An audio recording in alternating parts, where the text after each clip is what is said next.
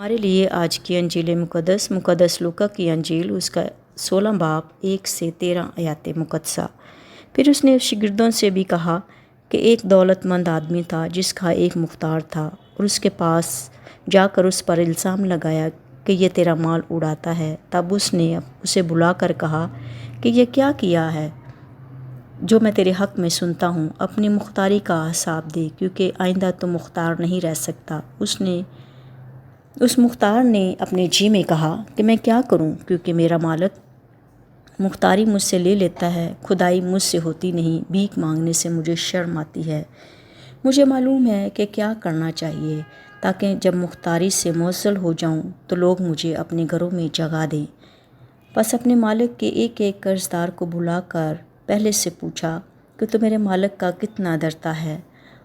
اس نے کہا 100 بت تیل۔ اس نے اس سے کہا کیا اپنی دستاویز لے اور جلد بیٹھ کر 50 لکھ دے۔ پھر دوسرے سے کہا کہ تو کتنا درتا ہے؟ اس نے کہا 100 من گیہوں۔ اس نے اس سے کہا اپنی دستاویز لے اور 80 لکھ دے۔ تب مالک نے بددیانت مختار کی تعریف کی، اس لیے اس نے ہوشیاری کی تھی، کیونکہ اس دنیا کے فرزند نور کے فرزندوں کی نسبت اپنے طور طریقے سے زیادہ ہوشیار ہیں۔ بس میں تم سے کہتا ہوں کہ ناراستی کی دولت سے اپنے لیے دوست پیدا کرو، تاکہ جب وہ تم سے جاتی رہے تو یہ دائمی مسکینوں میں تمہیں قبول کریں۔ جو تھوڑے سے تھوڑے میں دیانت دار ہے وہ بہت میں بھی دیانت دار ہے، اور جو تھوڑے میں بددیانت ہے وہ بہت میں بھی بددیانت ہے۔ پس اگر تم ناراست دولت سے دیانت دار نہ ٹھہرے تو حقیقی دولت تمہیں کون سپرد کرے گا؟ اور اگر تم بیگانے مال میں دیانت دار نہ ٹھہرے جو تمہارا اپنا ہے، اسے کون تمہیں دے گا؟ کوئی غلام 2 مالکوں کی غلامی نہیں کر سکتا، اس لیے کہ ایک سے کینہ رکھے گا اور دوسرے سے محبت، یا ایک سے ملا رہے گا اور دوسرے کو ناچیز جانے گا۔ تم خدا اور دولت دونوں کی غلامی نہیں کر سکتے۔ انجیل مقدس کے وسیلے سے ہم سب کی تمام خطائیں معاف کی جائیں۔ اے مسیح تیری ستائش ہو۔ باپ اور بیٹے اور روح القدس کے نام میں آمین۔ مسیح خدا میرے عزیز بھائی بہنوں، میں father Tahir Aziz parish priest saint Anthony parish فیصلہ ڈائسس سے آپ کی خدمت میں سلام پیش کرتا ہوں۔ آج سال کے دوران کا 25واں اتوار ہے۔ ہم آج کی لتوریا اور تلاوتوں پر دھیان و گیان کریں گے۔ عزیز بھائی بہنوں، جس طرح سڑک پر سفر کرتے ہوئے ہم دیکھتے ہیں کہ مختلف خطرناک جگہوں اور موڑوں پر مختلف نشانات کے ذریعے مسافروں کو خطروں سے آگاہ کیا جاتا ہے، اسی طرح کلیسیا جو زمین سے آسمان کا سفر کر رہی ہے، ہمیں اس سفر میں بہت سے خطرات درپیش ہوتے ہیں، اور جن میں سے سب سے بڑا خطرہ دولت ہے۔ پاک کلیسیا اس خطرے سے ہمیں بار بار آگاہ کرتی ہے۔ خدا یسوع مسیح کہتے ہیں کہ اونٹ کا سوئی کے ناکے میں سے گزر جانا آسان ہے، لیکن دولت مند کا خدا کی بادشاہی میں داخل ہونا بہت دشوار ہے۔ آج کی تلاوتیں ہمیں دعوت دیتی ہیں کہ ہم دولت، دنیاوی چیزوں اور غریبوں کے ساتھ اپنے رویوں پر غور و خوض کریں۔ اگر مال و دولت انسان کی بنیادی ضرورت ہے اور جس کے حصول کے لیے وہ محنت کرتا ہے، ہم خدا اور دولت دونوں کی غلامی نہیں کر سکتے۔ دولت عارضی خوشی دیتی ہے، جبکہ خداوند ہمیں دائمی مسرت اور شادمانی عطا کرتا ہے۔ ایمانداری اور دیانتداری انجیل مقدس کی خوبصورت قدریں ہیں۔ اگر ہم ایماندار اور دیانتدار ہیں تو خدا ہمیں کثرت کا مختار بناتا ہے۔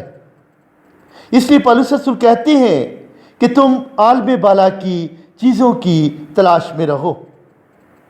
عزیز بھائی بہنوں، آج کی پہلی تلاوت آموس نبی کی کتاب میں سے لی گئی ہے۔ अमूस नबी पेशा के लिहाज से चरवाहा था। भेड़ बकरियां पालना और गोलर के दरख्तों की देखभाल करना और उसकी ज़िम्मेदारी थी, और वो एक बहुत बड़ा और अच्छा चरवाहा था। अमूस नबी समाजी इंसाफ के परचम को बुलंद करने वाला नबी है। खुदा ने अमूस नबी को भेजा कि बनी इसराइल को बताए कि खुदा उन्हें सज़ा देने को है, क्योंकि मुल्क के दौलतमंद बासर लोग गरीबों को लूटते और इनसे बेइंसाफ़ी बदसलूकी करते थे, और दूसरी तरफ बादशाहों ने इबादत की नई नई जगहें बना ली थीं जहाँ वो गैर मबूदों की परस्तिश करते थे। अजीज़ बार बहनों, बेशतर लोग खुशहाली और अमीरी की ज़िंदगी बसर कर रहे थे।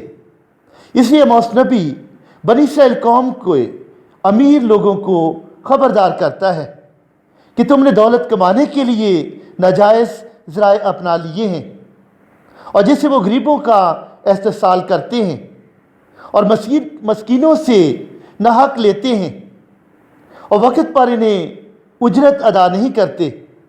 ऐसे लोगों के लिए आमोस नबी सख्त लहजे से बात करते हैं और इनको बताते हैं कि अपनी रवश को, अपने तौर तरीक़ा को दुरुस्त करो, इसे तब्दील करो। बदी के फर्जंदों के बजाय नूर के फर्जंद बने।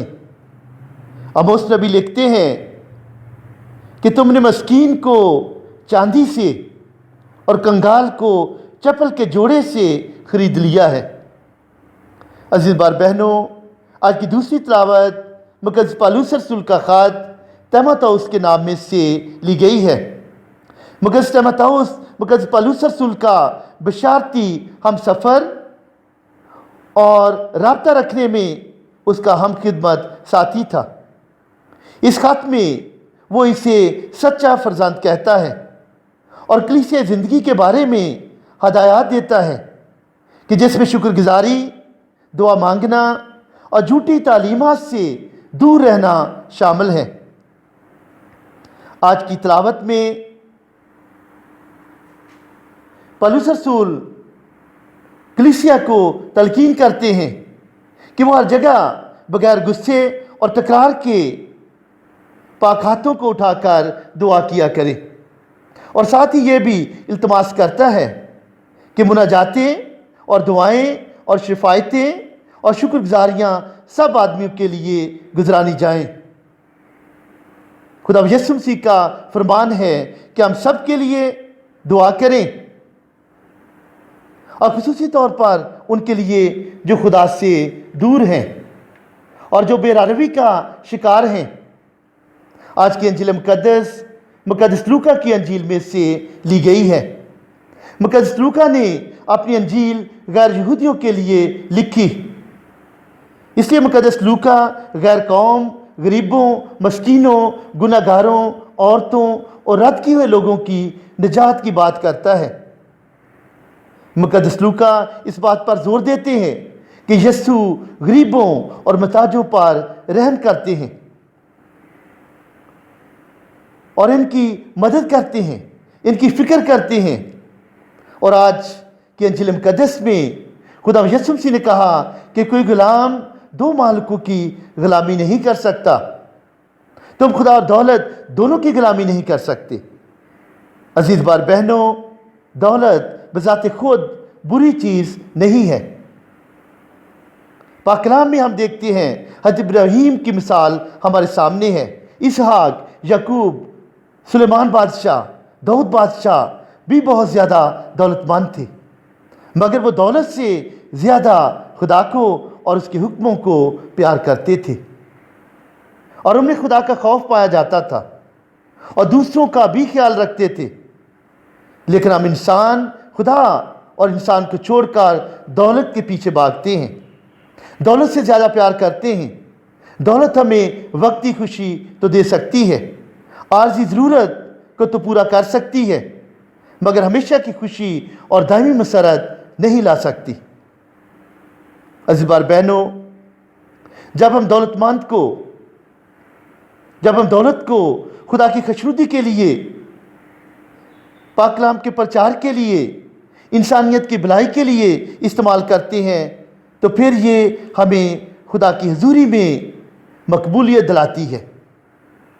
पुराने अहदनामा में दौलत, बरकत, खुशी की अलामत समझी जाती थी। दौलत इंसान के लिए लानत का बायस उस वक्त बनती है जब इसे नाजायज़ राय से हासिल किया जाता है।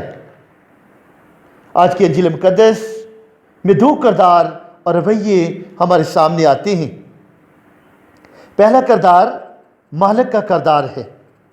अगर हमारे पास दौलत है, अगर हमारे पास इख्तियार है, तो हमें चाहिए कि हम दूसरों का ख्याल रखें, हलीमी और फ़रोतनी से पेश आएँ, जल्दबाजी की बजाय तहम्मुल मजाजी का मुजाहरा करें, माफ़ी, मोहब्बत, कबूलियत को अपनाएं।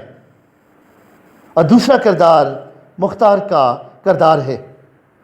मुख्तार अगरचे पाक कलाम में, इंजील मुक़द्दस में बददियानत था, मगर होशियारी और अक्लमंदी से काम लेता है। पहले अपनी ज़ात पर खर्च करता है, मगर बाद में वो अपनी ज़ात से निकलकर दूसरों की ज़ात पर खर्च करता है।